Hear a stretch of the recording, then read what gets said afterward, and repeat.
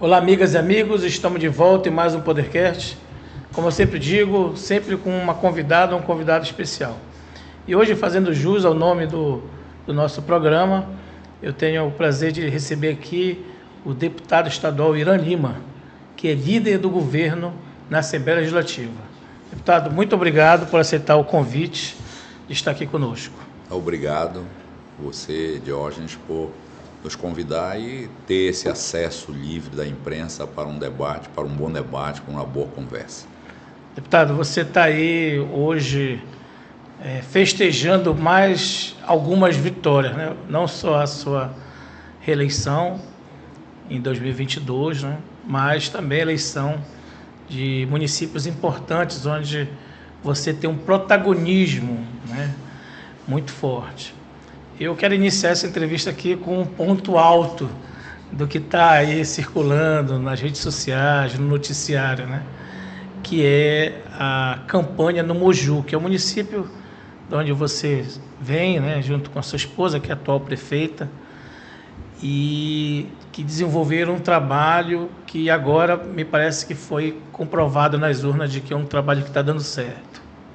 É isso, Diógenes. O Moju é meu berço, né? Minha casa, onde eu nasci, foi Moju. E nasci na casa de um político, né? Meu pai, o ex-prefeito Otton Gomes de Lima, foi prefeito por 2 mandatos e deixou, eu sempre digo que ele deixou uma semente plantada. E depois, quando eu voltei 20 anos, quando eu entrei na política, praticamente 20 anos depois de ter saído da política, de ter sido prefeito, eu tive a obrigação de regar essa semente, tornar uma árvore bastante frondosa e frutífera para o povo do Moju. Então essa foi a minha missão.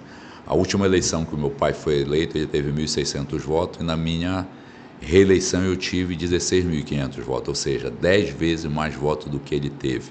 Ou seja, mas aquela semente que ele deixou foi muito importante na história do Moju e na minha história política também. E agora, com o resultado da eleição, das últimas eleições, a gente vem demonstrando que o povo do Moju reconhece o trabalho que a gente faz em prol da população, honrando a tradição que o meu pai deixou daquela semente plantada, que foi de trabalho, de respeito à população e de respeito do dinheiro público.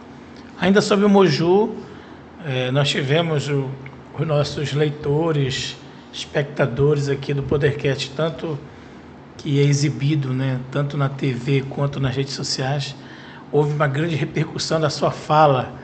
A gente até conversava outro dia, né, sobre isso, sobre a aposta que você fez de uma Hilux, que acabou sendo imitado por outras pessoas, outras coisas, mas é muito da política, aquele clima ali, né, o calor da eleição, da campanha, move muito sentimento, muita emoção, e você como um ser humano também, mas não existe só uma questão emocional, tem racionalidade nisso, né? Eu tenho dito para alguns jornalistas, para alguns formadores de opinião, de que você demonstrou muita inteligência política ali fazendo aquela atitude. A situação só ocorre isso com as pessoas que vivem a política, né? Quem está vivendo a política no dia a dia, que conhece o seu ambiente de trabalho, porque vira um trabalho nosso, a gente tem que agir com profissionalismo e dedicação.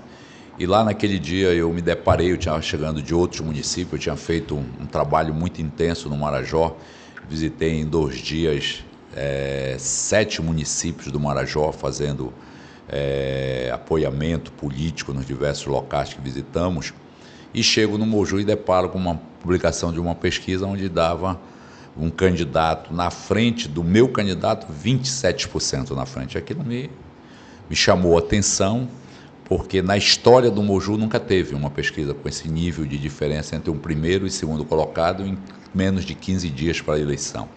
No meu melhor momento político, eu cheguei a estar 20 pontos na frente, o que correspondeu no resultado da eleição. Se confirmou nas urnas. Confirmou nas urnas, que foi o melhor resultado, que foi a minha eleição de na história do Moju. Meu história de 2004. Moju tem quantos anos? Moju tem 168 anos de emancipação política. Nunca houve uma diferença muito grande assim. Nunca teve uma diferença tão grande. E a 15 dias da eleição, uma diferença tão grande, estava decidida a eleição. Não tem quem tire 27 pontos de diferença entre um primeiro e segundo lugar de uma eleição, né? Mesmo o poder da máquina, do município, do estado vai tirar. Caso, né? e que não consegue tirar um negócio desse, entendeu?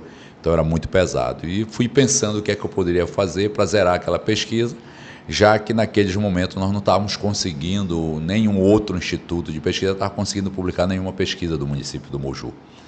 E aí a única saída foi tentar fazer um desafio, né, tanto ao Instituto, e aí acabou, em vez de virar uma Hilux, acabou virando 2 Hilux, que aí já desafiamos o candidato adversário que estava 27% na frente, e gerou aquela polêmica toda, e a urna comprovou que eu tinha muita razão no que estava falando, tá? Graças a Deus o povo do Moju foi para as ruas e se encarregou de dizer que não se pode fazer pesquisa falsa ou manipuladas ou trazendo resultados que não condizem com a realidade. Mas como eu conheço o meu Moju, e nós fazemos pesquisas internas também, e a pesquisa interna dava um número bem diferente daqueles que foi apresentada por aquele instituto de pesquisa que registrou uma pesquisa no TRE.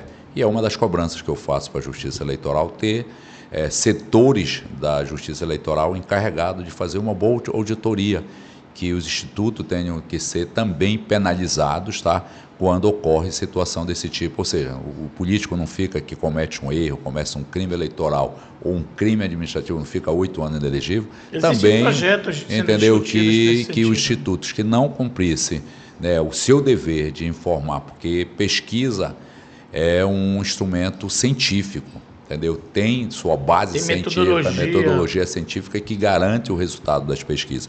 Na hora que foge daquilo que ela mesma propôs, do seu plano amostral, do seu nível de acerto, seu nível de confiança, aí esses institutos deveriam ser penalizados 4, 8 anos sem poder publicar pesquisas eleitorais, né, que ele pode continuar trabalhando, fazendo seu trabalho para iniciativa privada, mas pesquisa eleitoral que possa interferir na vida aqui no Pará de 8,5 milhões de habitantes, ela deveria ser punida como são punidos os políticos que cometem crimes eleitorais, assim como os políticos que cometem inflação administrativa, que ficam os 8 anos inelegíveis. Você fez um pronunciamento na Assembleia nesse sentido já, e vamos trabalhar aí para propor aos deputados federais, né, um projeto de lei que venha aperfeiçoar a utilização desse instrumento que é científico. E aqueles que não cumpriram o seu dever, o seu trabalho científico, como deve ser feito, respeitando a todos os estatísticos, né, que nós temos, né, com formação nessa área no Brasil todo e aqui no estado do Pará, excelentes estatísticos, que possam ser feitos com responsabilidade e que venha sim trazer informações, a boa informação ao eleitor, não a informação ruim. É isso que nós somos contrários. Quem nos segue sabe disso, nós estivemos sempre aqui desde o início desse programa entrevistando cientistas políticos, profissionais de marketing, propaganda, quem opera o processo eleitoral, né? E é recorrente nós ouvimos o seguinte, que pesquisa é uma fotografia daquele momento. Não significa que a pesquisa indique o que as urnas dirão. Só que também é consenso, entre outros formadores de opinião, de que a pesquisa ela acabou se transformando num instrumento de marketing eleitoral que influencia e induz o eleitor ao voto útil, ou seja, já que quem vai ganhar ele, então eu vou votar nele, né? Por causa do meu emprego, por causa de alguma coisa, né? Enfim, o eleitor acaba, principalmente em municípios menores, né? Eu não estou falando muito, talvez o impacto disso na capital seja um pouco menor, mas no município do interior isso tem um grande impacto, né? Isso também, você sentiu que isso poderia interferir no rumo da eleição? É isso, numa eleição muito disputada, nós temos um número, assim, nos municípios, normalmente, quando tu entra numa eleição, tu tem time, tu tem torcida organizada, que isso tu não muda, tá? Sim. Quem vai mudar é aquele eleitor indeciso, que ainda não decidiu o rumo do seu voto, e está esperando algum dado, ou ver alguma coisa. Aquele que vai num comício, não veste uma camisa, não põe um adesivo no carro, numa moto, na sua casa não tem uma bandeira, não tem nada, e aquele é o indeciso. Eu até brinco para o meu time, né, que é esse que ele tem que ir atrás, né? Quando ele vê a casa que não tem uma bandeira de ninguém, esse que ele tem que trabalhar. Sempre falo para ele, esse que vocês têm que gastar o tempo de vocês, o candidato a vereador, aquele que anda de casa em casa pedindo voto, tentando transformar. E a pesquisa pode induzir a esse eleitor a um erro que pode ser fatal. Então, para nós ali naquele momento, eu não via lá, que eu não estava vendo o mesmo tratamento na publicação de outros institutos de pesquisa, e a minha pesquisa interna apontava um outro direcionamento. Eu resolvi desafiar o instituto de pesquisa, o candidato adversário, que começou a botar nas redes sociais, que estava ganha a eleição, essas coisas todas. Se eles acreditavam na pesquisa, que eles viessem para o desafio, né? Aí depois até a justiça mandou eu tirar o meu desafio, né, do ar. Tudo bem, mas já tinha atingido o seu objetivo, milhares de pessoas já tinham visto e perceberam... O objetivo não era ganhar uma Hilux, não era, né? ganhar uma Hilux. Não, em primeiro lugar, é assim, né? Eu nem pagar também, porque eu sabia que eu não ia perder a eleição, que aí não era pagar. Eu tinha, assim, quase uma estratégia de campanha, né? Porque é do momento que eu vivia ali, tá? Claro. E assim eu participei do processo nesse objetivo, mas graças a Deus, aquilo que eu falei bateu com o resultado, né, da eleição. Sim. E com isso a gente continua tendo uma credibilidade muito grande com a população do meu Mais município 4 anos, né, e hoje uma credibilidade com o povo do Pará, que eles já entenderam o que eu sei, e quando eu falo eu entendo do que eu estou falando e do que eu tenho certeza daquilo que eu estou fazendo, entendeu? Do trabalho que eu estou desenvolvendo. Moju ganhou uma nova orla, né? Ganhou uma orla bonita lá, 150 metros de orla, ficou bem legal, uma obra bem exitosa. Agora, é só o começo, você vai dar... Não, só o começo, aí o Rubens continua em direção à ponte, né? Vai sair onde era ali o Porto da Balsa, em direção à ponte, tá? Então o Rubens já se comprometeu com a população, assumiu esse compromisso com a população do Moju de continuar esse trabalho da orla, para deixar cada vez mais bonita, uma janela para o rio.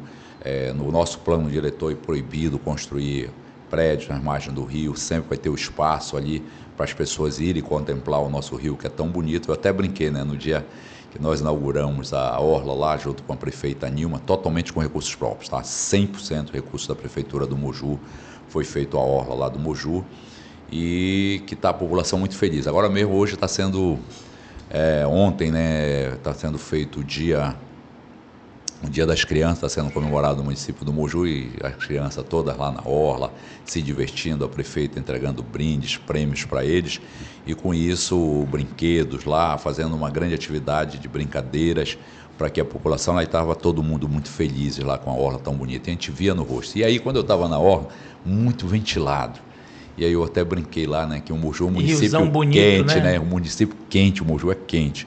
E as pessoas reclamando e tal, nós tínhamos até esquecido que nós tínhamos vento. Parecia que o vento estava preso numa garrafa, esperando pela nova orla. Como a nova orla veio, legal, todo mundo apreciando o rio, ela fez um trapiche lá, que a população está chamando de mirante, né? Todo mundo está lá, tem uns bancos, outros levam a sua cadeira, aquelas cadeirinhas de praia, põe lá, e fico contemplando o rio e a beleza daquele rio Moju, que é um rio muito bonito. E com isso ficou bem legal. Então isso aí demonstrou, e isso também foi um impacto para a população, assim, que o trabalho venceu no Moju.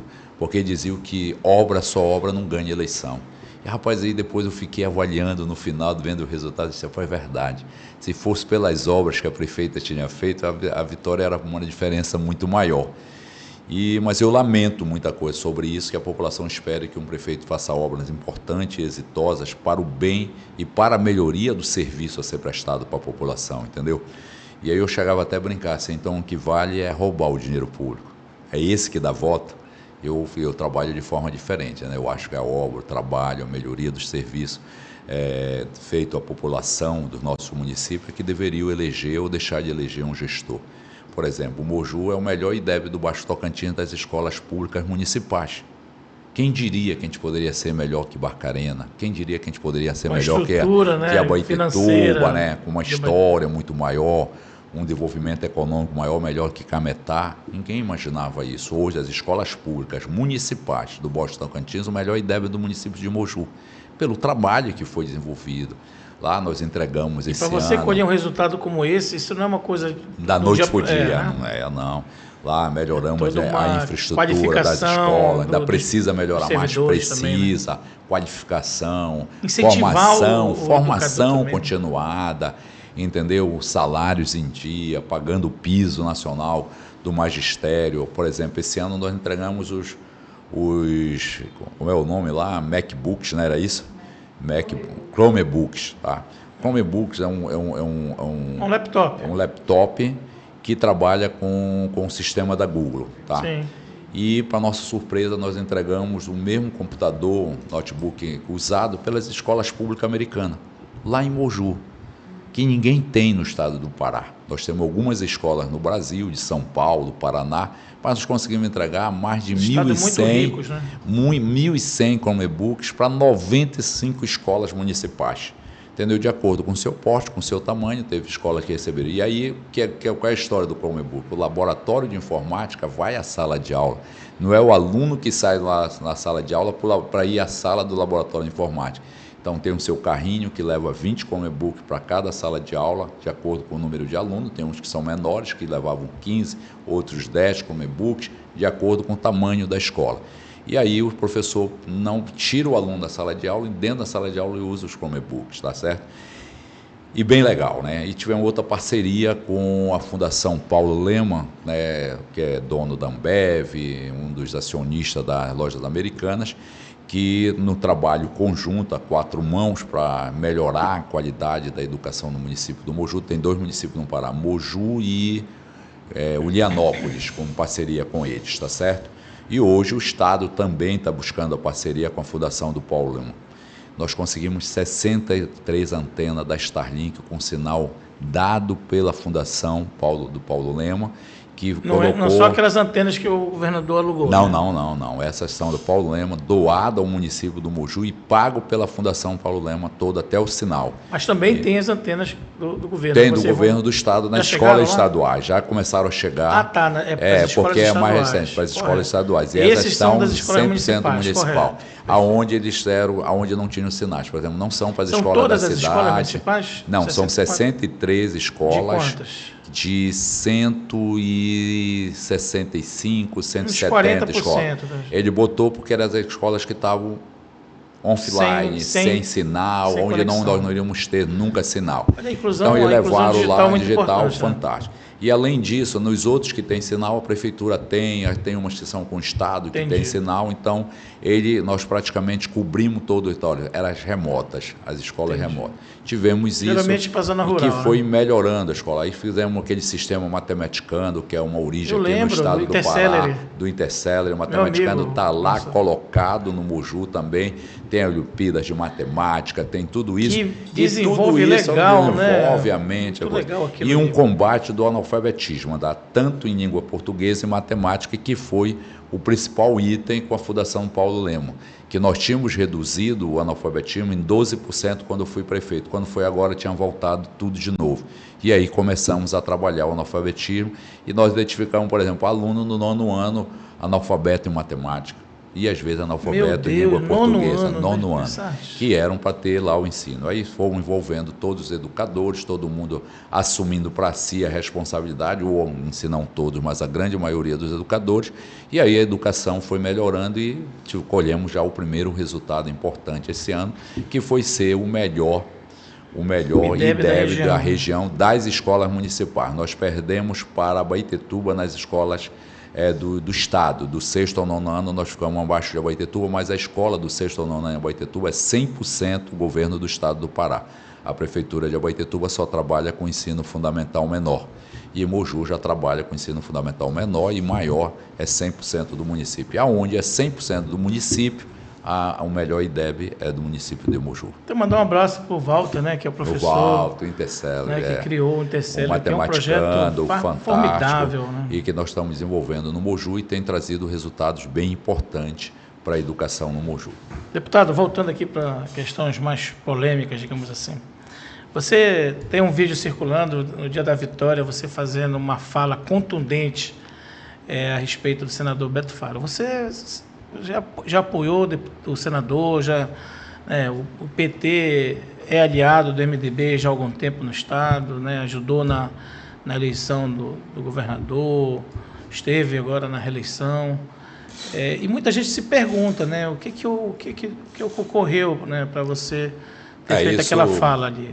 Isso vem desde a eleição de 2022, fui aliado do deputado Beto Faro, num determinado momento ele se virou contra o nosso grupo político em Moju. Mesmo tendo sempre apoio de vocês lá? Sempre o apoio nosso lá. Vocês trabalharam trabalhamos juntos, ajudamos. Tanto para mandado federal quanto para senador, né? Para senador. Eu vivia pedindo voto para ele. E aí nós tivemos isso, e quando foi 2022, o deputado Beto Faro precisando do apoio político do deputado Irã Lima, que não estava só no Moju, e você viu que eu me tornei o segundo deputado mais votado do Estado em 2022. Não é à toa que é o líder do governo. Né? Mais de 92 mil votos, né, no Estado do Pará, que ninguém esperava isso. Né? Quando eu comentava que eu estava lutando para ser o mais votado, todo mundo dizia que eu estava falando para a minha base, para criar uma musculatura maior, mas hoje a população que acreditou em mim viu que eu estava falando a verdade, por isso eu me tornei o segundo deputado estadual mais votado do Pará em 2022 e sou o quarto mais votado de toda a história do Pará.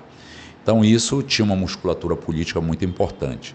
E o deputado federal na época, Beto Faro, candidato ao Senado, precisava do apoio porque estava numa disputa bem difícil naquele momento, acirrado com o Mário, então, ex-senador Mário Couto também.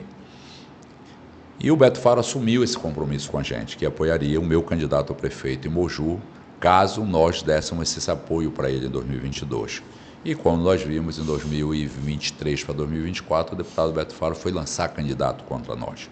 E eu usava a expressão que ele não podia abrir mão de uma candidatura que o cara tinha sido candidato do Podemos, para você entender qual era a ligação da formação ideológica desse candidato. Começou no PSOL, passou pelo PT, foi eleito vereador pelo PCdoB, coligado com a gente, demos um mandato para ele de vereador, porque ele não teve coeficiente eleitoral sozinho para se eleger vereador, ou seja, os outros candidatos do PCdoB naquele momento, que eram aliados meus, construímos o mandato dele de vereador. E no momento seguinte ele foi ser candidato, chegou a ser candidato em 2018 a senador pelo PCdoB, na composição da candidatura do Paulo Rocha, governador. Quando foi 2020, já foi candidato a prefeito contra a gente pelo PSD, ficou em segundo colocado. E 2022 foi candidato a deputado estadual pelo Podemos. Deu um bom giro, né? Bom giro, saiu do PSOL e terminou no Podemos, que é um partido mais à direita no Brasil e todo mundo sabe disso, tá? E de repente volta ao PT. Com que formação ideológica é essa? Então nós achamos muito estranho nesse formato que eles fizeram e o Beto foi para lá anunciando que ele seria candidato do PT. Mesmo se comprometendo. Mesmo tendo compromisso comigo disso, isso o governador sabe dessa conversa, desse compromisso do deputado Beto Faro com o meu time político, tá? E aí daí tivemos envolvimento com Tailândia, que o prefeito Macarrão veio apoiar o Beto, mesmo não querendo, o prefeito de Soure veio apoiar o Beto, através de um pedido do governador Helder, mesmo sabendo que o adversário dele lá em Soure seria o candidato do PT também. Mas ele se comprometeu lá também? Não, lá em Soure ele não se comprometeu e você não vê nenhuma fala disso minha em Soure. Entendeu? Claro. O Diego que eu estava enfrentando o Beto Faro lá, estava enfrentando o PT do Beto Faro, e que traz algumas dificuldades na relação política lá. Mas apoiamos, e o governador sabe disso, a pedido do governador Helder, apoiamos, como foi apoiado em São Sebastião da Boa Vista pelo prefeito Getúlio, que também o Beto foi lá, lançou candidatura contra o Getúlio, foi apoiado pelo Estrela, lá em Augusto Correia, que o Beto também lançou candidato contra o prefeito Estrela em Augusto Correia, também. E tivemos outros histórias, né, Barcarena, em vários outros municípios, onde ele foi contrariando tudo isso. E nós ficamos muito chateados e disse para o Beto que isso ia acontecer no caso que ele não honrasse com a palavra dele com a gente. E aí, quando a pessoa não tem palavra, eu considero tudo isso que eu falo nos vídeos aí que vocês falam, entendeu? Palavra para nós no interior vale mais do que um papel assinado, tá? Então é por isso que houve todos esses comentários e o Beto sabe do que eu estou falando. E entendeu? Teve uma coisa engraçada aqui, você também, engraçada no sentido, acaba no meio aqui jornalístico, né, virando motivo de, enfim. Você citou o nome do Nicolas, né, que estaria também ali ajudando o Beto. Mas o pessoal lá de Soure diz que o Nicolas pousou de helicóptero lá, mas não ajudou o Nick, candidato do Beto Faro também, né? Mas foi estranho que ele tem vídeos gravados que disse que ia ajudar, que estava lá para ajudar o Nicolas, né? Porque tentaram pregar alguma coisa lá. O Nicolas não estava de prisão domiciliada? Eu acho que ele anda de tornozeleira, até hoje eu acho isso, tá? Ele é aliado do Beto? Mesmo? Foi estranho essa história da estada dele em Soure e a fala que ele fez em Soure, entendeu? Eu não sei se ele achou que era fácil fazer política, né? Que ele faz política lá no município de Peixe-Boi, né? O pai dele foi candidato, já derrotado em 3 eleições seguidas em Peixe-Boi. né, pelo time do ex-prefeito Mozart Cavalcante, que foi eleito agora vice-prefeito do prefeito Neto Cavalcante, né, novamente, e assim, muito com recurso, muito com dinheiro, poder econômico, chegando de helicóptero nas comunidades para impressionar. Queria um alvoroço, né? E chegou lá em Soure que ninguém entendeu. Tá? Do então, nada, né? Do Porque nada, não tinha relação nenhuma. Aí não tinha nenhuma relação. Não é político, né? Não é político. Entendeu? A gente sabe que o Nicolas é bom, né? Por isso que ele andava de tornozeleira. Se ele não está andando de tornozeleira, andava até há pouco tempo de tornozeleira. Qual é a sua principal atividade na vida econômica aí, tá? Então, é uma pessoa que está aí com esses problemas todos e que chegou em Soure para apoiar o candidato do Beto, o candidato do PT, lá. E foi muito estranho isso, né? E então, lá você estava apoiando... o outro candidato, né, o adversário do Beto, que é o meu filho, né, o Paulo Vitor, que já ganhou a eleição numa votação... Paulo Vitor Cassiano, né? Não, Paulo Vitor de Lima. O Paulo Vitor de Lima, isso mesmo. O Cassiano, né? É o prefeito. Sim, é verdade. É o Vitor Cassiano, lá é o Paulo Vitor, lá é o Paulo Vitor. A Cassiano é de Cametá. Já estou pensando no carnaval. E aí nós conseguimos ter uma grande vitória em Soure, mas nos tomou de surpresa essa chegada do Nicolas, que qualquer político que tenha um pouquinho de racionalidade é a única pessoa que ele não quer ser aliado no estado do Pará ou em qualquer lugar do Brasil. Porque esse escândalo, né? Foi um escândalo nacional, fantástico, né? Matéria de 20, 30 minutos de comentário. Donos de cabeça de gado no estado. E toda aquela história toda. Então, nós desvio de verbas da saúde, no momento da pandemia, né? Entendeu? E que acabou morrendo não é uma boa companhia para o senador Beto Faro, político, né? Não é para nenhum político. O senador Beto Faro já está com um problema, né? Com relação já vem correndo, compra de votos com a capa capital, né? Com a capa capital, um processo. E o governador, eu sei que você não está aqui para falar em nome do governador, eu tenho plena clareza, não quero lhe colocar essa situação, mas o governador pode sentir um certo constrangimento, né, com todos esses problemas. Porque ele não gostaria que acontecesse isso, né? Mas porque tem coisas que acontecem com aliados, às vezes até dentro da casa da gente. É isso. Tem pais, né, que o filho vai para a rave, o cara não sabe que o filho está numa rave. Teve um caso agora no jovem, 23 anos, que morreu numa rave, dizem que por overdose. Eu não sei, ainda não se pode afirmar isso, mas existem comentários que isso.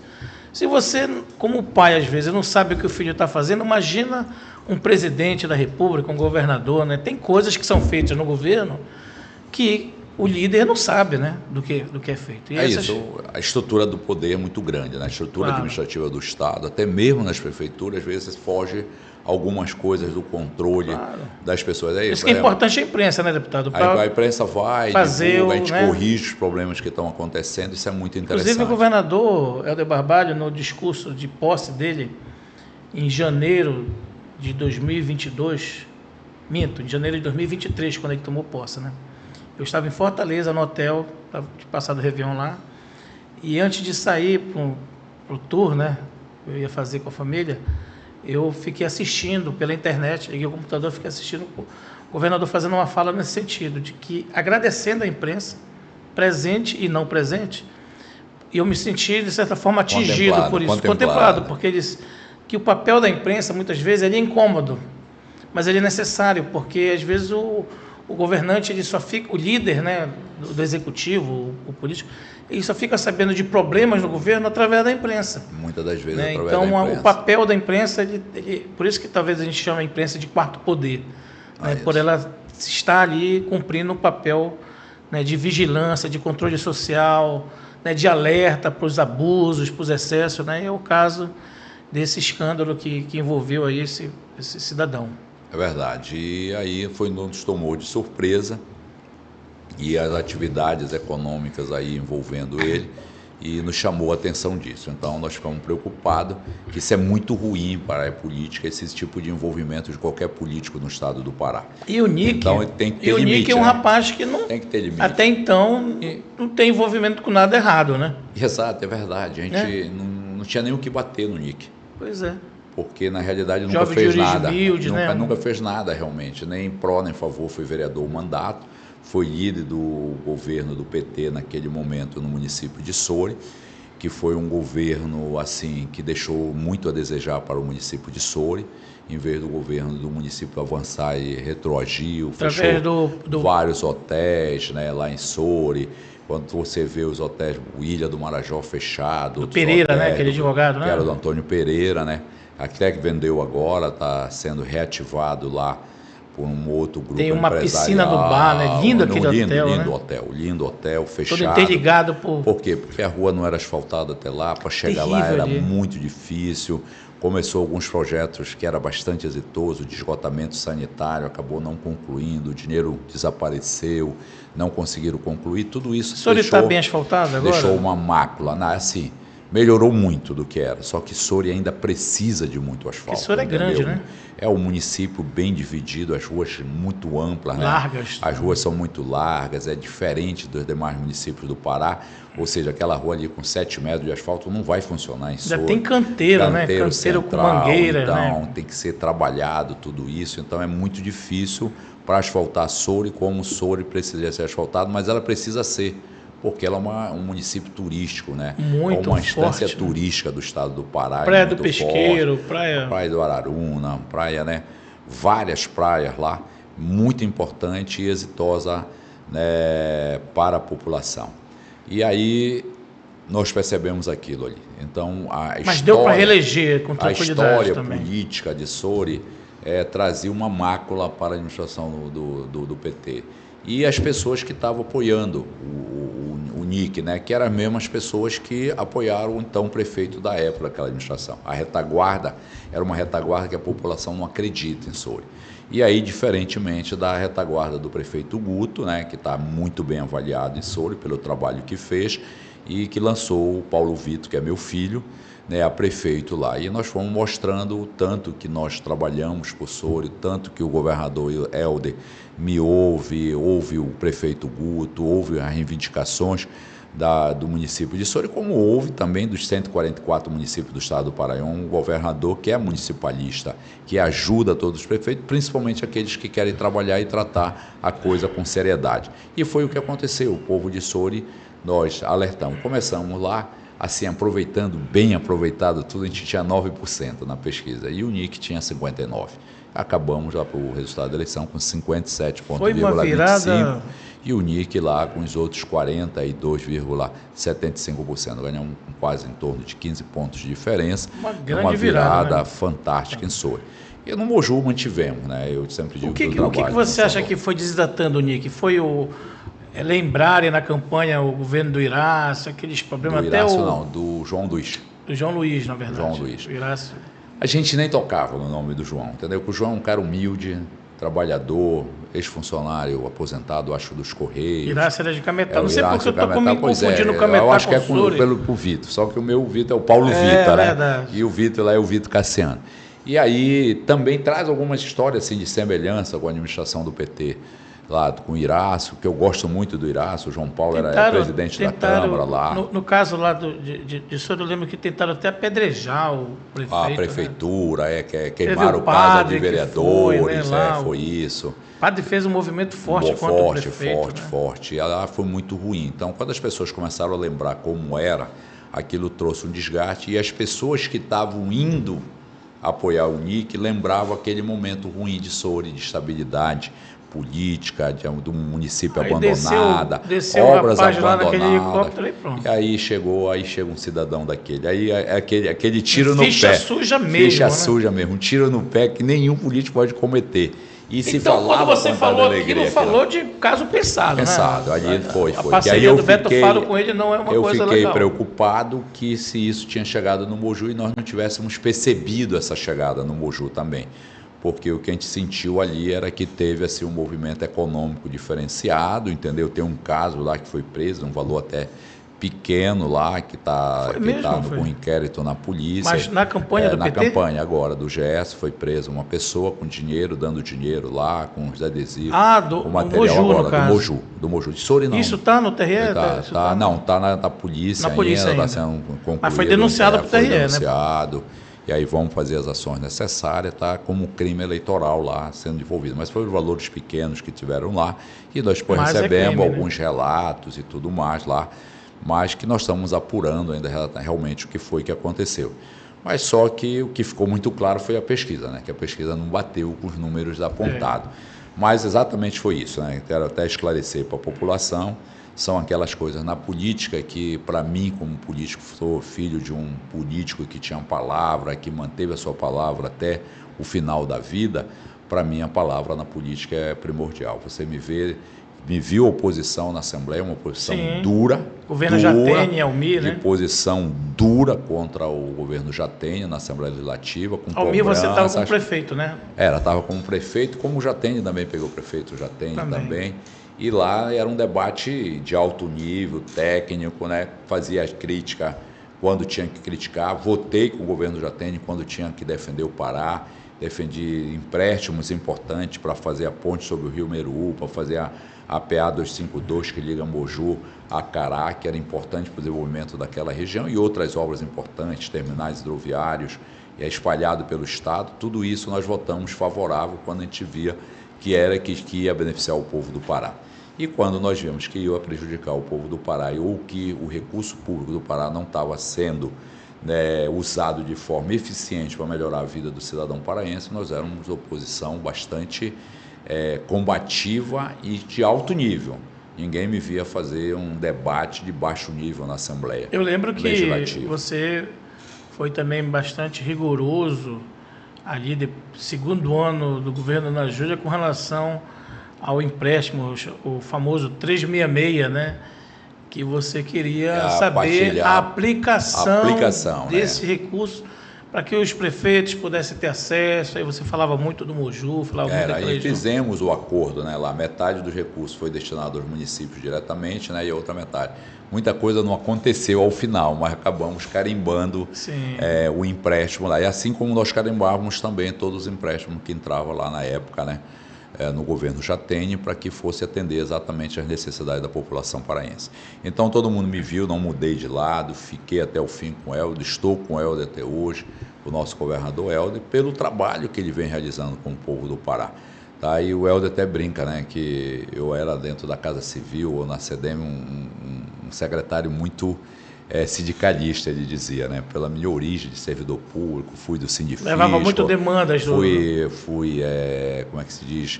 Fui do Centro Acadêmico da Universidade, fui do Diretório Central dos Estudantes da Universidade Federal do Pará.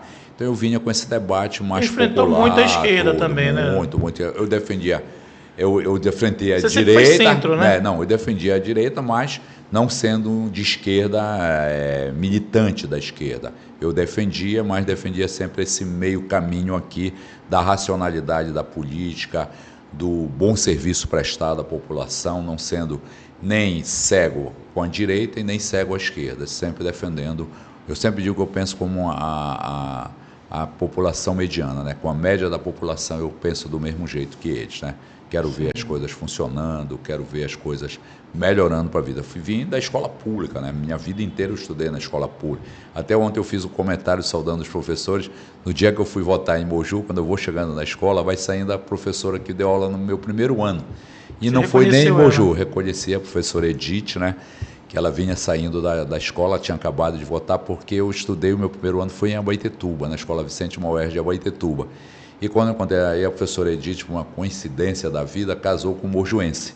Tá? E ela, porque sempre tem alguém da família dela candidato ao vereador, ela continuou votando, né, da família do marido dela, do Mozart, passou a votar no Moju, para votar no cunhado, depois votar no sobrinho, hoje em outras pessoas da família dela, sempre candidato, nunca mudou o título dela do Moju. E por coincidência eu encontrei ela e brinquei da história do Bora Estudar, do programa do governo do estado, que premia os melhores alunos por turma. Eu brinquei, professora Edith, sabe que eu me lembrei do cheque Bora Estudar aqui? Da minha época de aluno, né? Que eu acho que eu tinha ganho alguns cheques desse aqui, eu disse para ela. Ela disse, virou para mim, eu tenho muito orgulho do aluno que você foi, né?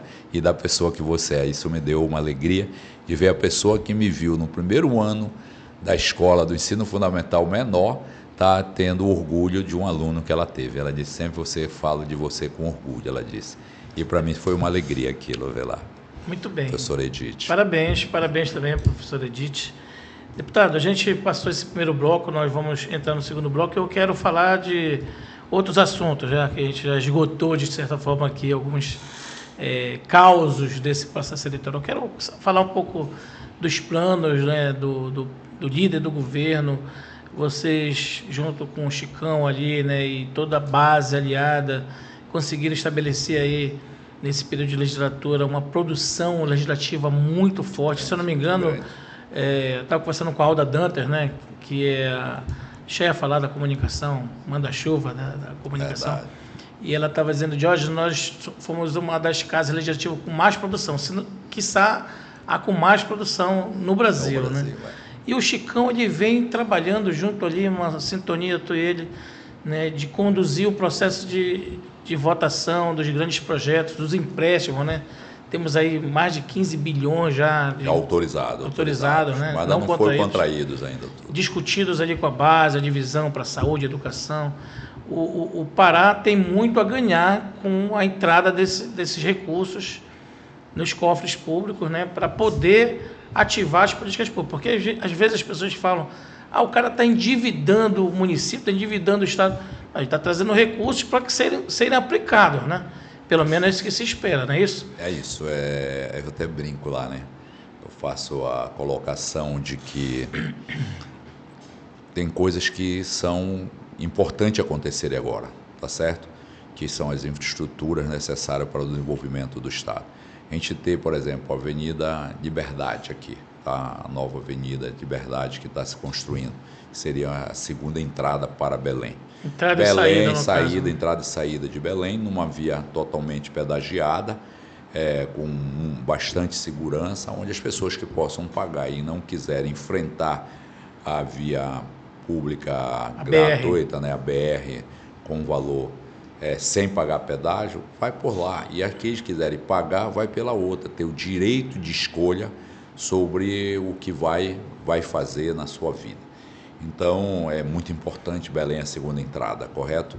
A segunda entrada. Você vive aqui, você está localizado na BR, vive o que é o dia a dia de vocês aqui. Na hora que tu tiver mais outra entrada, e se isso te sai daqui 20%, 30%, 40% do tráfego aqui na BR-316, vai melhorar para a tua vida, vai melhorar para a vida da população, vai melhorar para a vida do negócio e dos investimentos que está sendo desenvolvido. Isso, se a gente puder fazer agora, é muito melhor do que esperar daqui a 20 anos. Fazer agora o que nós poderíamos só ter daqui a 20 anos. Então eu fico brincando. Tem uma escola caindo na cabeça dos alunos. É preciso esperar mais 10 anos a gente conseguir reformar aquela escola e melhorar a vida da educação? Não. Se a gente pode, tem capacidade de endividamento. No caso da saúde, tem pessoas que podem morrer, né? Podem morrer, capacidade de pagamento. Vamos aproveitar e vamos fazer agora. Tá certo? Então a gente tem cobrado isso dos outros deputados e acabamos tendo empréstimos aí aprovados praticamente com quase unanimidade da casa, com 37, com 38 votos de 41 deputados. Irã, eu não posso deixar de fazer essa pergunta. E aí quem senta aí na minha frente sabe disso, né? Que não tem jeito. Existem críticas ao projeto, obviamente, né? De ambientalistas, de membros da oposição, de que a avenida ela vai rasgar a mata, né? Vai prejudicar ali a fauna, a flora e trazer um impacto ambiental, como toda obra traz. O que está sendo feito para mitigar e minimizar esse impacto? É isso, todo o trabalho foi feito, tá certo? Com essa questão ambiental, as compensações, as formas de atender. Você vai ver lá que tem passagem para animais por baixo da pista. Vai ter passagem para ele poder passar de um lado para o outro, para não serem atropelados, tá? Então tem uma pista suspensa? Tem partes, sim, não, assim, foi criados as partes da pista exatamente para ter essa passagem dos animais. Ele vai ser quase totalmente telada, numa altura bastante razoável, né, para animais menores não entrarem na pista, mas alguns vão passar, né, que são os macacos da vida e vão passar. É muito difícil a gente coibir isso, mas sempre a gente vai avisar que poderá ter trânsito de animais, ter cuidado com os animais. Então está tendo um cuidado bastante necessário. Mas ela já está com a licença ambiental, com todas. Foi discutida as questões com os quilombolas aqui do Abacatal, que está passando próximo deles. Foi mitigado essa situação deles, até batido, e estamos mostrando que vai ajudar no desenvolvimento também da comunidade deles.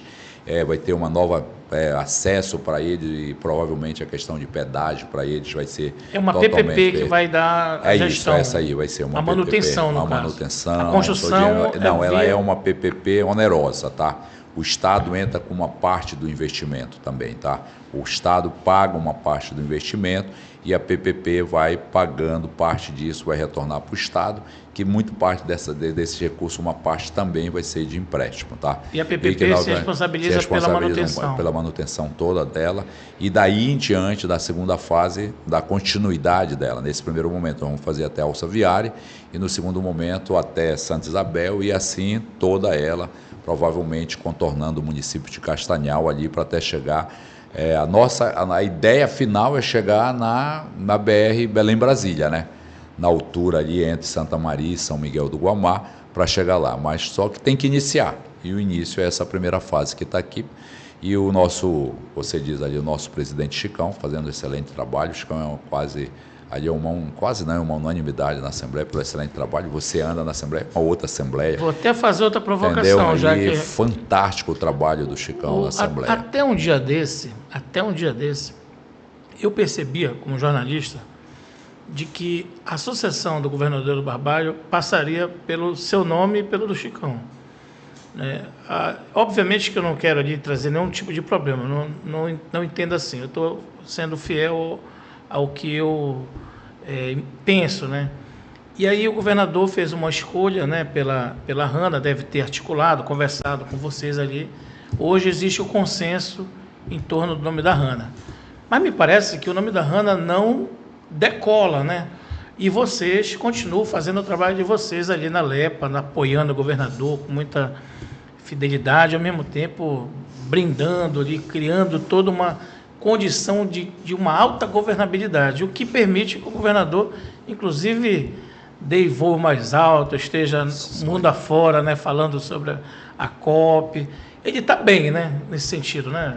Não, ele está bem, deixa eu lhe dizer assim, tá? O nosso líder político é o governador Helder, tá? E a função do líder é sempre pensar melhor, que é para o Estado do Pará e para o seu grupo político, tá? E nós confiamos na sua visão, na sua perspicácia, pelo seu feeling da política, tá? O que o colocou agora, né, em ascensão, ascensão, né? Fantástico. Então o governador Helder nos vê como aliados de primeira hora, tanto o deputado Chicão, que é o nosso presidente da Assembleia, como eu, como a Hanna, que ele está trazendo nesse viés técnico para a política. Que é inegável, né? A Hanna conhece tecnicamente fantástica, a Hanna. A máquina pública. E tem qualidade. Eu até brinco falando lá do Paulo Vitor. Quando o Paulo Vitor foi ser candidato em Soura, o governador achou que o político da família, depois de mim, era o meu filho Irã. O Irãzinho, lá no Moju, como ele é chamado, o Irã filho, tá? Ele seria o político. E quando colocamos o Paulo Vitor, ele se surpreendeu, mas por que o Paulo Vitor? E aí eu mostrei as qualidades do Paulo Vitor e se transformou num grande político lá em Soura e teve uma vitória muito interessante. Ele tem uma pegada mais administrativa, mais técnica? Não, ele tem uma pegada mais de empatia com a população. A população se vê contemplado pelo jeito dele ser, do jeito dele falar. Time, Diógenes, ele é assim, gordinho parece tu. E aí bateram nele, apelidaram, fizeram muito bullying com ele, bastante. Pô, porque ele era daquele jeito, rapaz.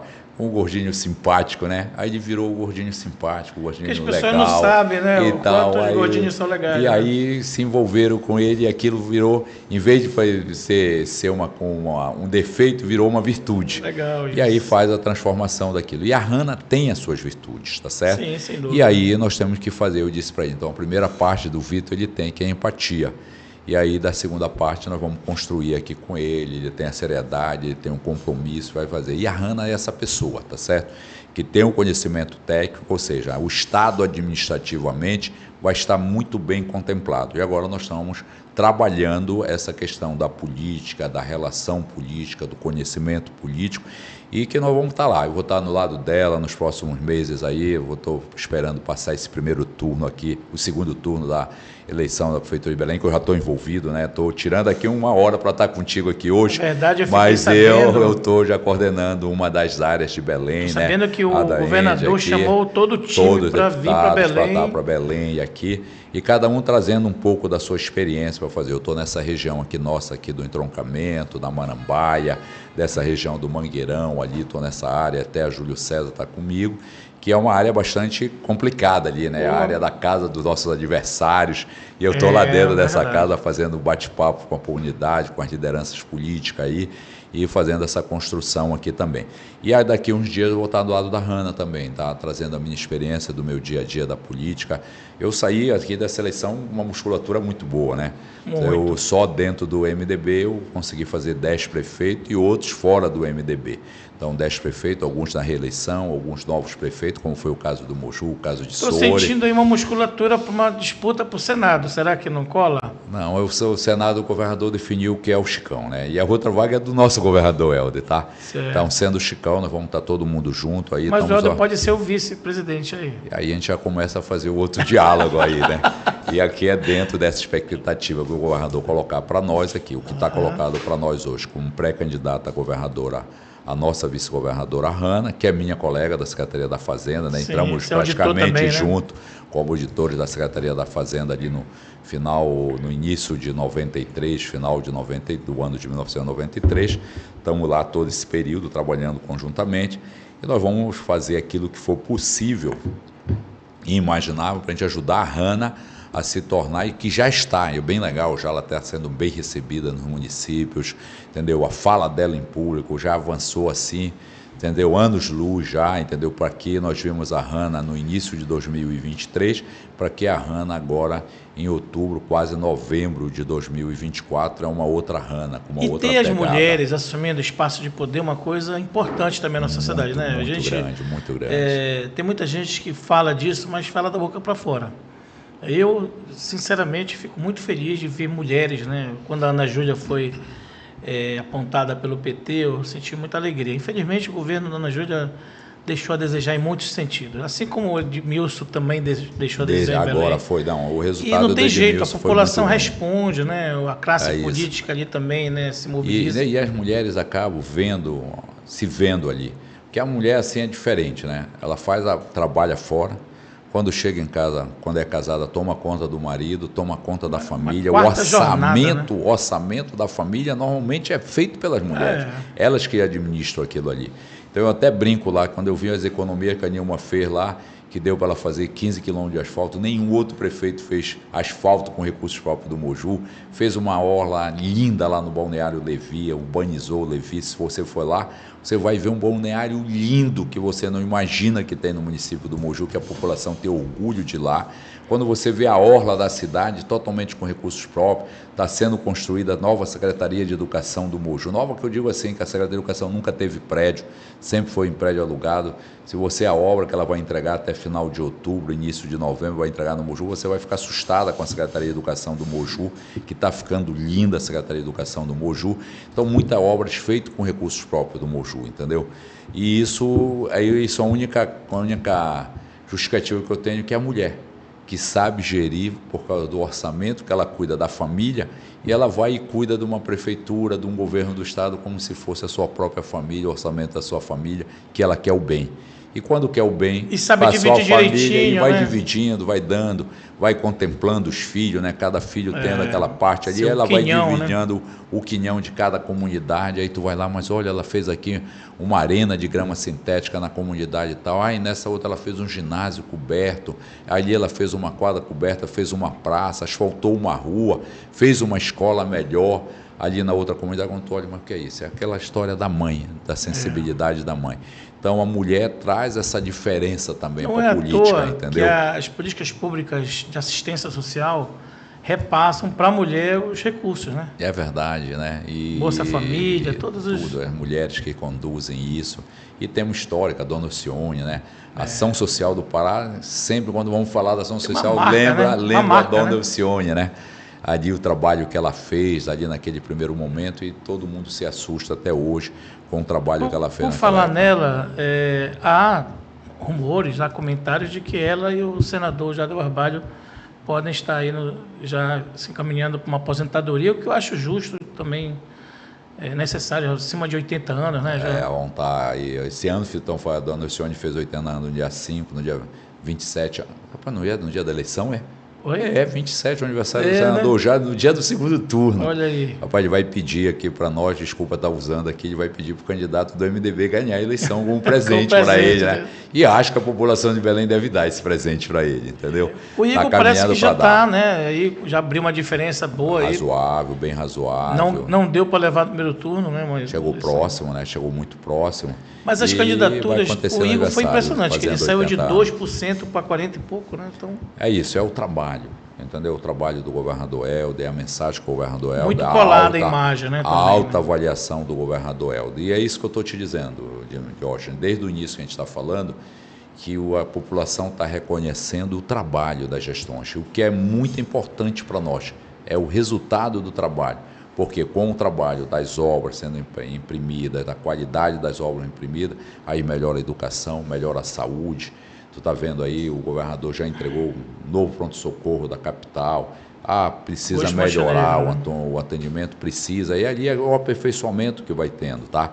Aí já vai entregar o Hospital da Mulher, lá na Gentil, sendo feito na Gentil também o Hospital da Mulher. Já está se preparando para ter a ampliação do Offiloyola, dos atendimentos do Offiloyola em uma estrutura maior, mais ampla também para atender a população. Um equipamento lá, né, de tratamento que está um tempão com problema lá por não ter uma sala, né? Tem uma discussão sobre isso, que o fabricante vinha dar o treinamento, não veio até agora, está se cobrando. Até equipamentos que nem foram nem comprados pelo governo Helder, entendeu? Né? E aí tem uma discussão sobre isso, que tem que resolver essa situação que está sendo resolvida, e ele já está sendo ampliado. Tudo isso está sendo construído e sendo debatido aqui com a população, e a população vendo o esforço que a gente está fazendo. Entregamos vários hospitais regionais pelo Pará, uns que estavam em obra, que estavam se esperando entregar e não se entregava, era um governo, dois governos, o governo do Helder começa num governo e termina no próximo próprio governo a obra. E isso para nós é muito importante, porque eu até dizia que era uma política do governo do PSDB, se começava 5, 6 hospitais regionais, ele prometendo que ia entregar, passava a primeira eleição, não entregava, e se comprometendo para entregar na outra, passava a segunda eleição, não entregava do mesmo jeito, como foi o Abelardo Santos, como foi o Hospital Regional de Itaituba, como foi o Santa Rosa em Abaetetuba, que começou em 2011. A obra terminou em 2018 sem entregar, um hospital 8 anos em obra. Parecia assim que a população ia ficar sempre esperando ele concluir aquela obra. E assim nós vimos lá no Moju, o PSDB administrando, começou a obra no primeiro mandato do ex-prefeito Ié, não conseguia entregar, saiu do mandato sem entregar diversas obras, que hoje nós entregamos, faltando uma obra que ele deixou em andamento. Vai ser entregue agora, eu acho que está sendo entregue agora, que é um ginásio coberto daqueles do MEC, o dinheiro sumiu, e a obra não ficaram pronta. Aí a prefeita Nilma não podia deixar aquilo lá parado, porque é dinheiro público jogado na lata do lixo, obra parada, né? E aí ela vai entregar o último agora. Ele deixou 13 ou 14 obras em andamento e ela está entregando quase todas. Está faltando uma obra ela entregar, entendeu? Ele deixou uma unidade, que era uma UPA para ser, entendeu? Deixou abandonada, já com embalbeira no meio da obra, ela tirou tudo aquilo, entregou com 1 ano e pouquinho de mandato. Aquela foi a primeira obra de obras paradas que ela entregou, e foi entregando cada escola, algumas em convênio com o governo federal. Rompemos o convênio, fizemos uma denúncia, ela fez com recursos próprios do próprio município, entendeu?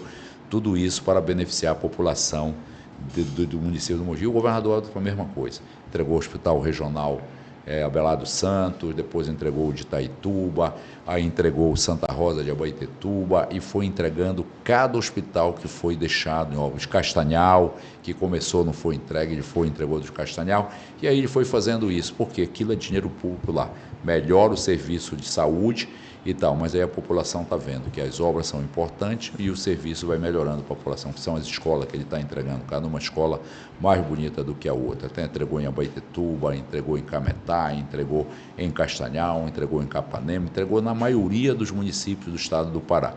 E nós estamos também ele está fazendo as creches por todo o Pará, também construindo creche em todos os 144 municípios, alguns em convênio com as prefeituras, outros em obras diretas do estado. Então, são obras muito importantes para o estado do Pará.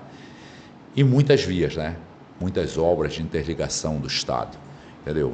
Quando quebrou a ponte sobre o Rio Moju, você viu o caos que foi. Você entrou num assunto que eu gostaria muito de perguntar, porque eu fico imaginando ali os problemas, sobretudo econômicos, né? Porque a gente fala de, porque o transporte, aquelas balsas, não...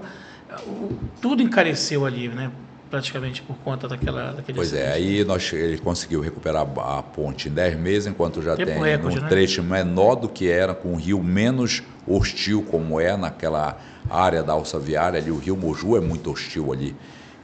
A altura da maré lá varia até 10 metros entre a maré seca e a maré cheia. Então, para fazer uma obra ali era muito difícil, diferente da cidade. Na cidade, o ex-governador Jatene levou da cidade do Moju para um trecho, numa parte bem menor do que foi quebrado na da alça viária, tá certo? Na ponte alça, na ponte Moju Cidade, bem menor, levou quase 20 meses para recuperar lá. E o governador, em 10 meses, recuperou a ponte da alça viária. Tá Eu certo? lembro Um de uma trecho lá bem cena pior. icônica, né? Dele. Eu estava acordado naquela madrugada, né? E recebi uma página que eu tinha na época no Facebook, bombou muito com as imagens, que eu peguei as imagens, o governador pegando uma rabetinha, né? E fazendo aqui uma imagem, mostrando ali uma cena cinematográfica. Isso. O Helder não é só um governante, um líder político em ascensão, ele também entende muito de mídia, né, de Mídia, é verdade. tecnologia, de ele mesmo Fantástico. resolve, né? E aí nós fizemos, aí já temos hoje a Mojuacará, que interliga uma estrada com a PA 150, que seria mais uma oportunidade de chegar ao Poço de Barcarena. Já fez a 256 ali, que liga Tomé-Açu à alça viária, não é verdade? E já está concluindo a obra que vai ligar Tomé-Açu à BR 010 da Belém Brasília, passando um pouco de Paragominas, tá? Que está concluindo a obra da ponte sobre o Rio Capim, que vai ligar a PA 256 da PA 150 até Paragominas, sem nenhuma balsa, tá certo? Aí está concluindo essa obra, que é mais uma interligação, para em vez, por exemplo, do Grão ter que vir, pegar a balsa, atravessava, como atravessou ali, se você tivesse outra intercorrência, ele faz ela totalmente direto até o Poço de Barcarena, via PA 150, via Moju Cidade, tá certo? Não precisaria até da balsa daqui, se fosse necessário isso, ou se eu tivesse essa necessidade. E a produção que tivesse lá, também em Barcarena, que tivesse para chegar na capital, se as balsas estivessem demorando muito, podia dar o contorno também, chegar por estrada totalmente asfaltada até Belém também, e com mais ainda a perna leste que ele fez aqui na alça viária, ligando ali o município de Concórdia do Pará, Bujaru, né? Passei Pela por uma ela. via direta lá que ficou muito legal. Economizou muito tempo ali, Ela é né? um pouco sinuosa, sabe? É. Só, mas que atendeu as comunidades que estavam no entorno das estradas vicinais ali, que se transformou numa PA. Ficou muito bom, tirando a necessidade assim zero de usar uma balsa, podendo vir para uma estrada e chegar a Belém. Exatamente. Então tudo isso o governador, como fez está terminando a Transuruará, que vai ligar a Transamazônica até na frente de Santarém, tá?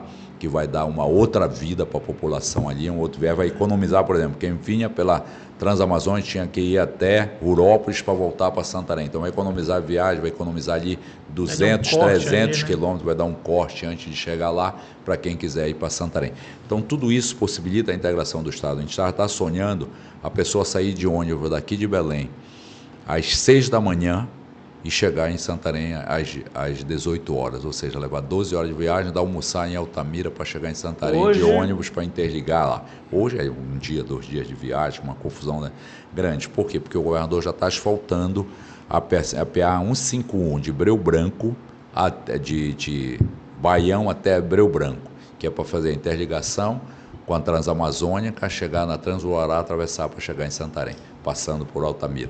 Então são obras de extrema importância. O Oeste do Pará, lá 254, que é a estrada da Calha Norte, o governador já asfaltou vários trechos, nenhum governador tinha asfaltado, o doutor Jade abriu a BR-254, a PA-254, que é a PA quando ele era governador, né, que ele abriu toda aquela estrada, ele criou a PA-254, que é a PA da Calha Norte, e quem está asfaltando é o governador Helder daquela estrada. Então, tudo isso vem integrando todas as regiões do estado do Pará, como o governador asfaltou várias obras lá no sul e sudeste do estado, várias PAs, que vem melhorando a vida da população ali, e isso ele está fazendo no estado como um todo. Aqui, você viu ali, próximo do Curuçá, estrada do Maú, estrada que liga lá como é o 40 do Mococa. Então, asfaltando várias estradas aqui. Tem uma obra ali, uma estrada que deu uma encurtada também ali por Canaã, Redenção, eu não lembro. Eu quero me lembrar, uma estrada nova ali. Nova, isso, mudou. Que ele fez Canaã, né? Ali, ligando com a BR, que foi até uma parceria, governo do estado e prefeitura de Canaã ali, entendeu? Houve uma participação efetiva da prefeita de Canaã para fazer aquela estrada. Reelegeu lá, né? Que reelegeu também, e um dos motivos foi essa estrada, que ela teve a parceria com o governo do estado do Pará. Falar nisso, né, antes da gente encerrar aqui a nossa entrevista, eu até achei uma coisa assim até, enfim, curiosa, né? Houve um anúncio, acho que não foi nem do governador, foi do Jader Filho, do ministro das cidades, dizendo que o plano, né, já que ele, como presidente do MDB, o plano era eleger uma média de 100 prefeitos. E teve uma turma que escreveu o seguinte: olha, o governador perdeu, não elegeu 6, só elegeu 88. Pô, eleger 88 prefeitos é um feito histórico, né? Se isso for negativo, eu não sei mais o que é positivo. É histórico, né? Na realidade, nós elegemos 83, estamos disputando 2 ainda, né?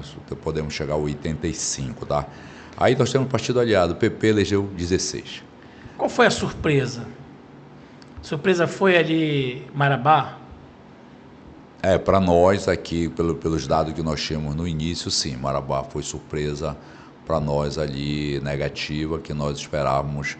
Estava uma previsão de uma eleição até certo ponto tranquila do nosso deputado Chamonzinho, pelo trabalho, um trabalho que ele fez em Curionópolis, muito bom. Mas tinha o peso da rejeição do atual prefeito, né? A gestão da C muito desgastada, né? Não, em Paraupebas. Opa, desculpa, em Paraupebas, né? Tô falando do Tião. O Tião também. O Tião, mas o Tião tem uma boa avaliação da população, entendeu? Mas tem um enfrentamento muito grande com o servidor público.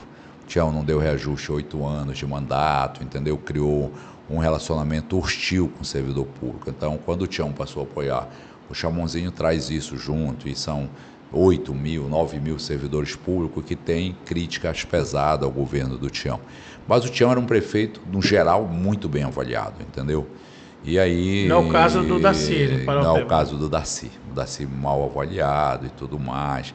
Posicionamento controvérsia, por exemplo, todo caminhava uma candidatura ou do deputado Kennedy ou do deputado Braz, aí surge uma terceira autofagia candidatura. Terrível ali, né? Foi, e aí acabou se fazendo esse... assim, da coisa da irracionalidade da política, de vez em quando a gente vê isso, entendeu? E lá foi isso. E eu chamava atenção, bora trabalhar para ter segundo turno, e a turma não queria me ouvir. Eu aqui de longe via que a solução para todo aquele imbróglio não era de estarem brigando entre eles, era para estarem brigando para ter o segundo turno, e todo mundo era candidato. Aí eu acho que eu vou ser melhor, e não acho não. Quando abrisse a urna, via quem estava os 2 melhores e disputaria ali o segundo turno. Me parece que é o método que o Helder define, né? Vamos ver quem é que está melhor nas pesquisas. Vamos tocar o trabalho, entendeu? E aí eles chegam e fazem um posicionamento desse que traz um prejuízo ali. Ali houve uma disputa interna muito intensa, que acabou desgastando todos os candidatos na pré-campanha. E aí, quando chegou na campanha, se elegeu lá a pessoa que vinha bem, porque fazia uma posição até muito dura, além da racionalidade, contra o Darcy. E acabou a população se envolvendo lá, e esperamos lá que o nosso prefeito lá, o goiano lá, faça uma grande administração que a população de Paraupebas merece. É uma prefeitura... O Aurélio foi chutado pelo Helder... Pelo Éder Mauro e pelo Bolsonaro. Isso, e aí foi lá e ganhou a eleição. Surpreendeu não, ele sempre liderou as pesquisas. Ele sempre liderou as pesquisas, que ele seja um grande prefeito. E eu tenho sentido que ele está a fim de dialogar com o governador, Não, é uma pessoa do campo de diálogo com a gente, entendeu? Ele disse agora no podcast que se o Éder Mauro estiver no fundo do poço, ele vira a cara e deixa o Éder Mauro lá, né? É isso, ele está chateado. Porque... Se o Bolsonaro pedir para ele apoiar o Éder Mauro, ele diz, não, gosto muito de você, capitão, mas eu não vou lhe apoiar. É isso, o que ele disse lá, né? Que o Júlio César estava indiretamente envolvido na administração do prefeito Darcy, né? estava lá com um negócio dentro da prefeitura de Paraupebas e tudo mais. Então ele provou isso. E prometeu investigar, inclusive. É isso, ele provou nas urnas isso. Então a população de Paraupebas sabia o que estava acontecendo, se ela não queria o prefeito Daci, que politicamente é um cara bom de política, isso é impressionante. O Daci, quando ele entra na política, ele entra mas ele não é bom para eleger sucessor. Parece que ele dá uma relaxada, que né? é difícil, mas é difícil, entendeu? Foi que nós mudamos em Moju agora. Nós fomos para cima e elegemos o nosso sucessor, que não é fácil, entendeu, fazer isso. Nós tínhamos perdido, tinha perdido em 2012, o Helder não conseguiu fazer o Chicão, por alguns equívocos que nós cometemos, que nós tínhamos que nós não íamos cometer. E nós não estamos cometendo, né? Estamos definindo quem é o nosso candidato desde o início. Quem quiser ficar aqui no governo do Estado, a pré-candidata do governador ao governo do Estado é a Hanna. Quem não quiser achar que ela não está boa, se retire, não é verdade? É assim que funciona. Porque é ruim de chegar na véspera da eleição, o cara se aproveitou, participou do governo durante 3 anos e 6 meses, chegou na véspera da eleição e disse, não, agora eu não quero porque eu discordo da Hanna. Se quer discordar, discorde agora e siga o seu caminho, trilhe o seu caminho. Ou então se comprometer, como aconteceu, né? Me apoia que depois eu te apoio e não cumprir a sua palavra. Então, para nós que é do meio da política, isso é muito ruim e desgastante, tá? Quem quiser ficar com a gente, fique. Por exemplo, anunciei meu candidato ano passado. Teve pessoas que nós convidamos para ser retirada do nosso grupo político porque não concordavam com a gente, mas queriam ficar até o final das benesses. Aí tá bom as benesses, mas na hora de ter o compromisso não vai. Então pode se retirar, até logo, toque seu caminho e tal, e lá na frente se ganhar, parabéns, ganhou a eleição e vamos seguir. Então eu acho que o governador Helder fez a coisa certa no primeiro dia de mandato. Antes, terminou a eleição, o primeiro turno da eleição e foi reeleito, e ele logo disse, a nossa candidata a governadora, quem vai ser governadora do Pará é a Hanna.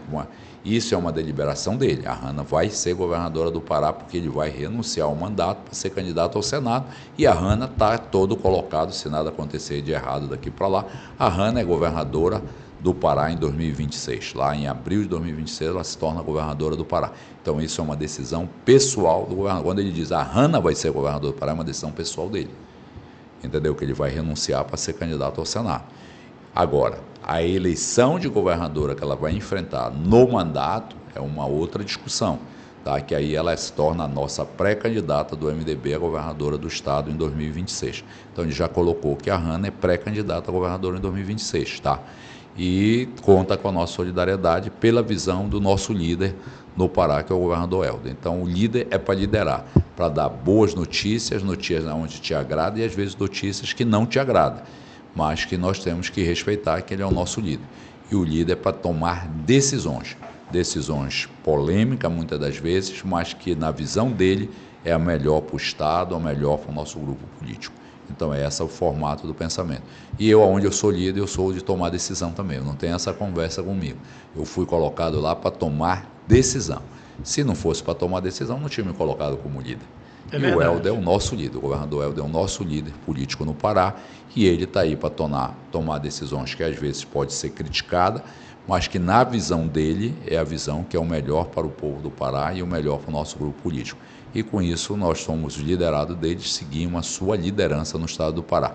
E para nós isso é muito claro. Hoje que está colocado para nós, o nosso pré-candidato a governador é a Hanna, o nosso pré-candidato a senadores das 2 vagas, uma vaga do pré-candidato Helder Barbalho e a outra vaga do pré-candidato presidente da Assembleia Chicão, que são os nossos 2 pré-candidatos ao majoritário em 2026.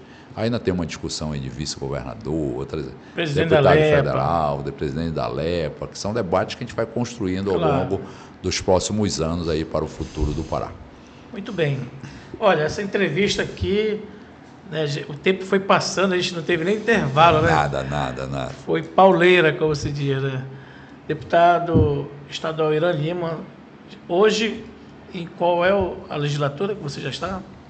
Não, eu sou... Assim, as pessoas têm a impressão que eu tenho muitos mandatos, porque eu acho que talvez pela maturidade, pela experiência que eu tenho, os debates, assim, às vezes eu encontro um deputado que tem mais mandato do que eu, que vira para mim e diz, eu queria ser igual tu, Irã, com essa tua experiência, às vezes ele tem até mandato mais do que eu.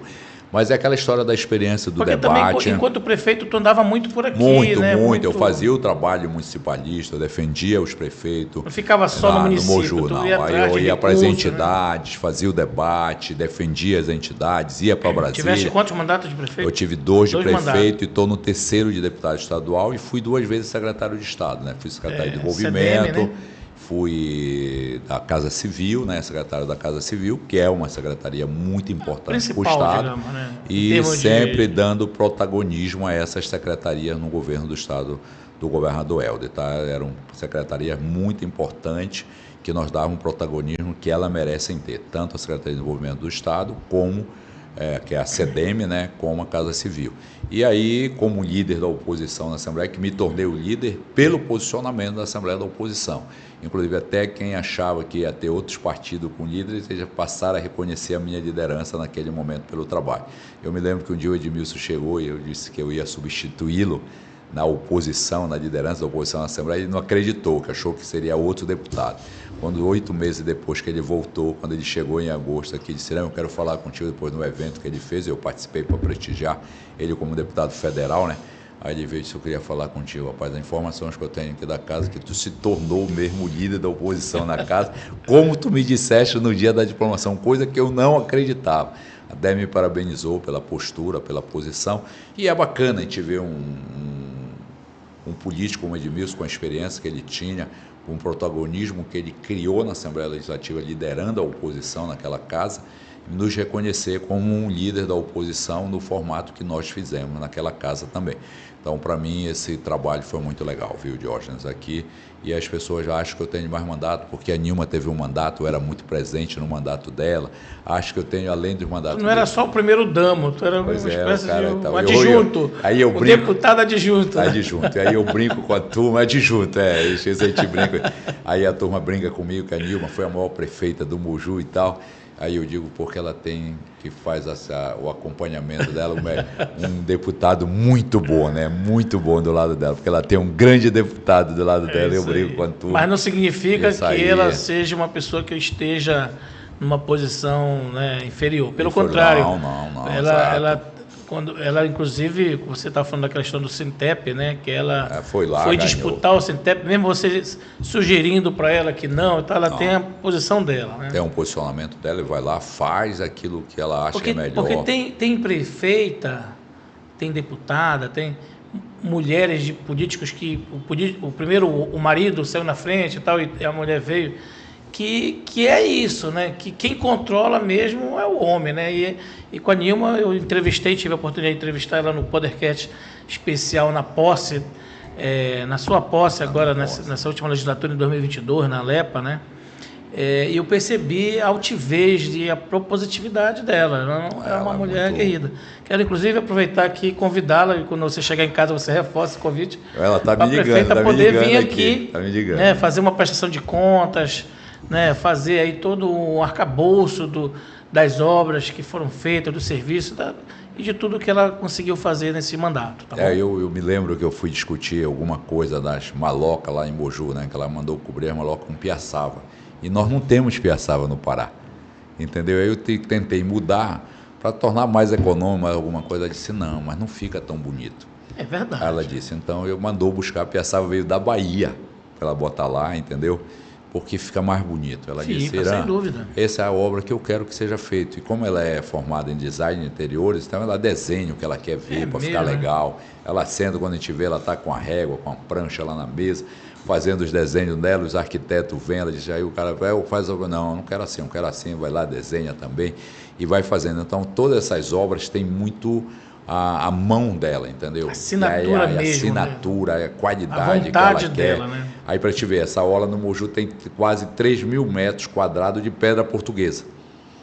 Pedra portuguesa. Então veio, tu entrar no interior, mandou buscar, é fora do Pará também a pedra portuguesa. Nossa. Aí eu disse, mas não dá para a gente mudar por outro piso. Ela disse, não, se fosse tu fazia como tu quiser, mas a obra é minha, a prefeita sou eu, e eu quero assim que vai ficar mais bonito, eu quero ver a população do Moju mais feliz e dizer que tem uma praça, tem uma orla, toda ela em pedra portuguesa, onde as crianças vão poder se divertir, as famílias vão poder vir, vão poder ouvir uma boa música, vão poder contemplar. Faz bem ouvir as mulheres, mas quando elas estiverem no poder, né? Muito legal. Desobedecer até o... Aí eu fico olhando assim, depois eu vou pensando, ela tem razão. Tem razão. Ela tem que fazer a coisa mais legal, que aí é a história da mãe, da sensibilidade da mãe, da que sabe cuidar da família, do que sabe cuidar dos filhos, que sabe cuidar da casa.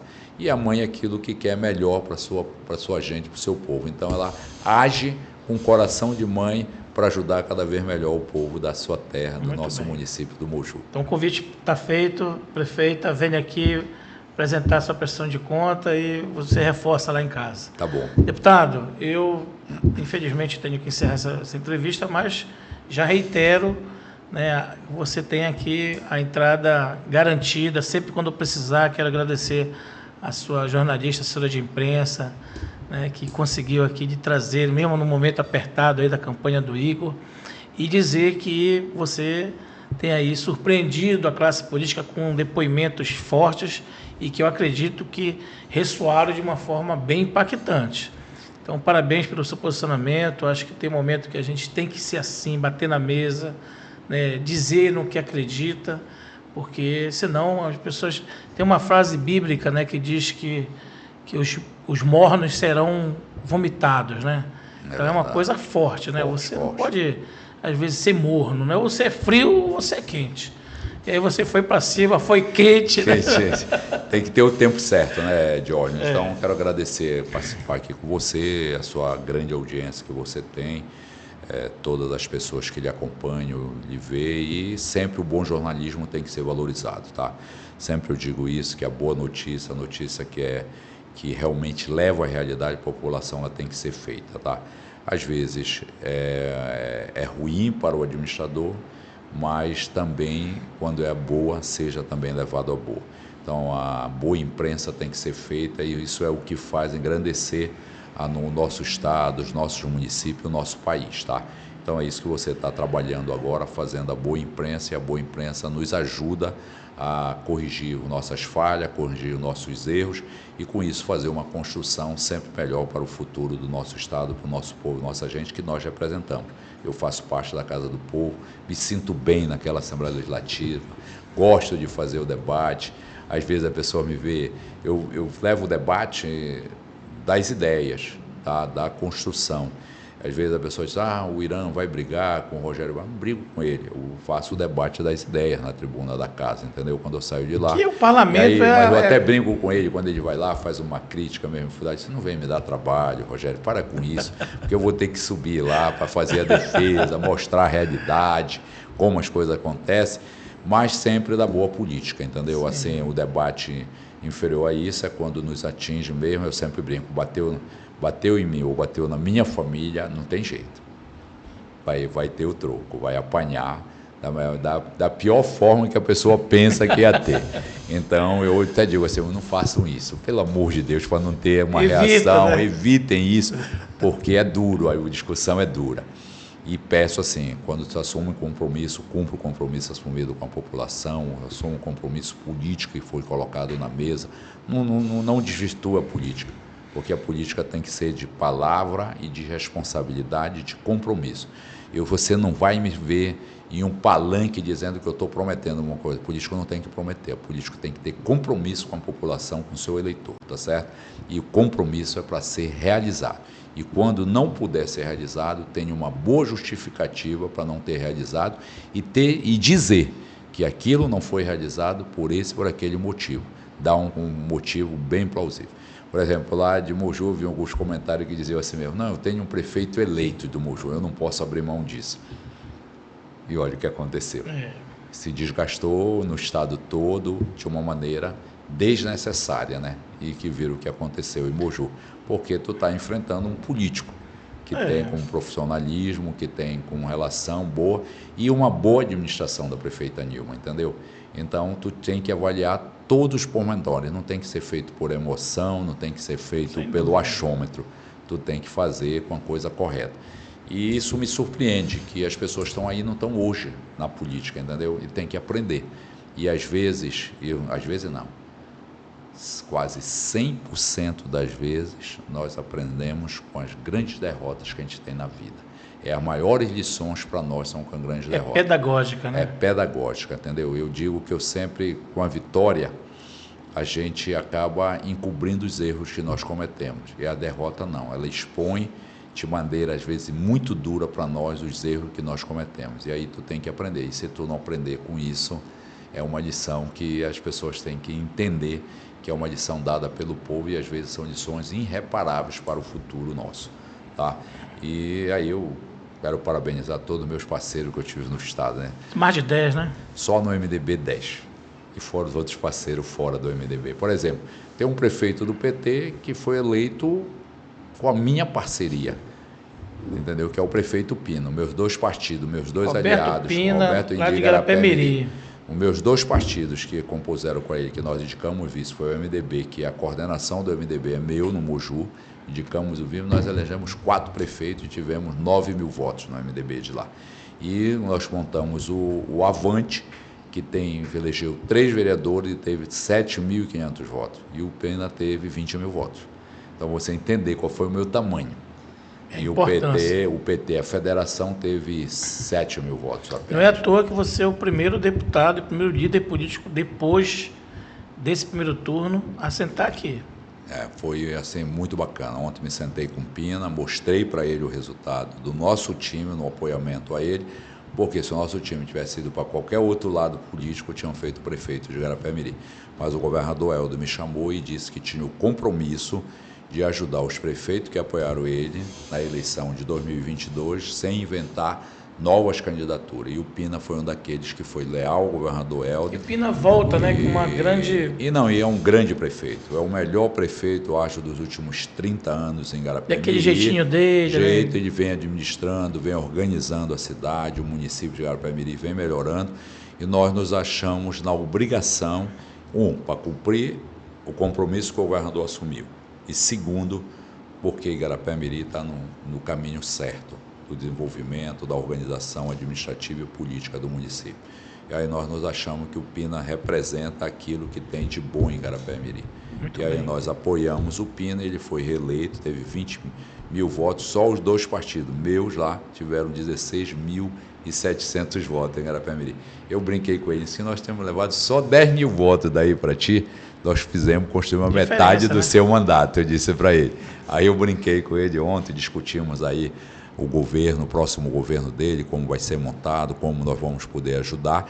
E graças a Deus hoje eu sou o deputado que mais ajuda na administração estadual, que mais ajuda na administração do Pina em Igarapé-Miri, e vamos continuar trabalhando aí. Abrindo as portas do governo, nas secretarias, né? Levando, discutindo. Eu sei que você saiu da Casa Civil, mas você continua ali, né? Participamos, temos respeito, levamos a boa informação para o governador, para ele poder decidir com a boa informação e com isso construindo. Mas, Jorge, agradecer a presença aqui e vamos construir sempre essa boa imprensa, que é o que nós queremos para o estado do Pará. Deputado, eu não tenho como dizer que estou muito lisonjeado pela sua presença e pelas suas palavras. Acho que, em nome da equipe do portal Estado do Pará Online, dos parceiros que estão aqui cuidando desse programa, né, também em parceria com a TVC Belém, agradecer pelas palavras, pelo reconhecimento e dizer que você tem um espaço sempre garantido aqui, tá bom?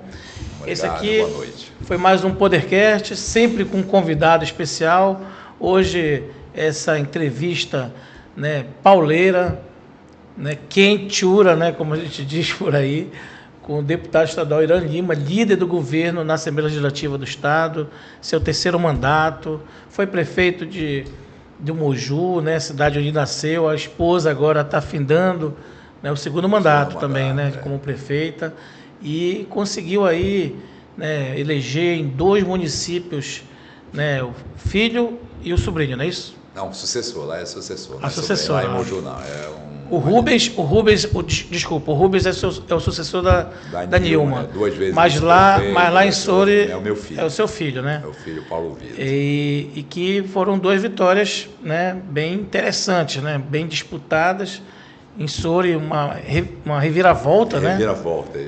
E lá no Moju... O primeiro sucessor que se faz depois de uma reeleição. Que é difícil, como você falou, né? Difícil. e mais 10 aí de outros partidos aliados. Deputado, parabéns pelo seu sucesso, pelo êxito na sua trajetória e com essa última eleição. Com essas palavras, a gente dá encerramento a mais um Podercast, o primeiro e único programa transmitido nas multitelas. Você assiste tanto no conforto da sua televisão, quanto no tablet, celular, no YouTube, Instagram, Facebook, todas as redes sociais, tanto do Podercast quanto do portal Estado do Pará Online, o terceiro mais acessado hoje no Estado e o que mais cresce nas redes sociais, deputado. A gente se encontra no próximo episódio, sempre com um convidado, uma convidada especial. Até breve.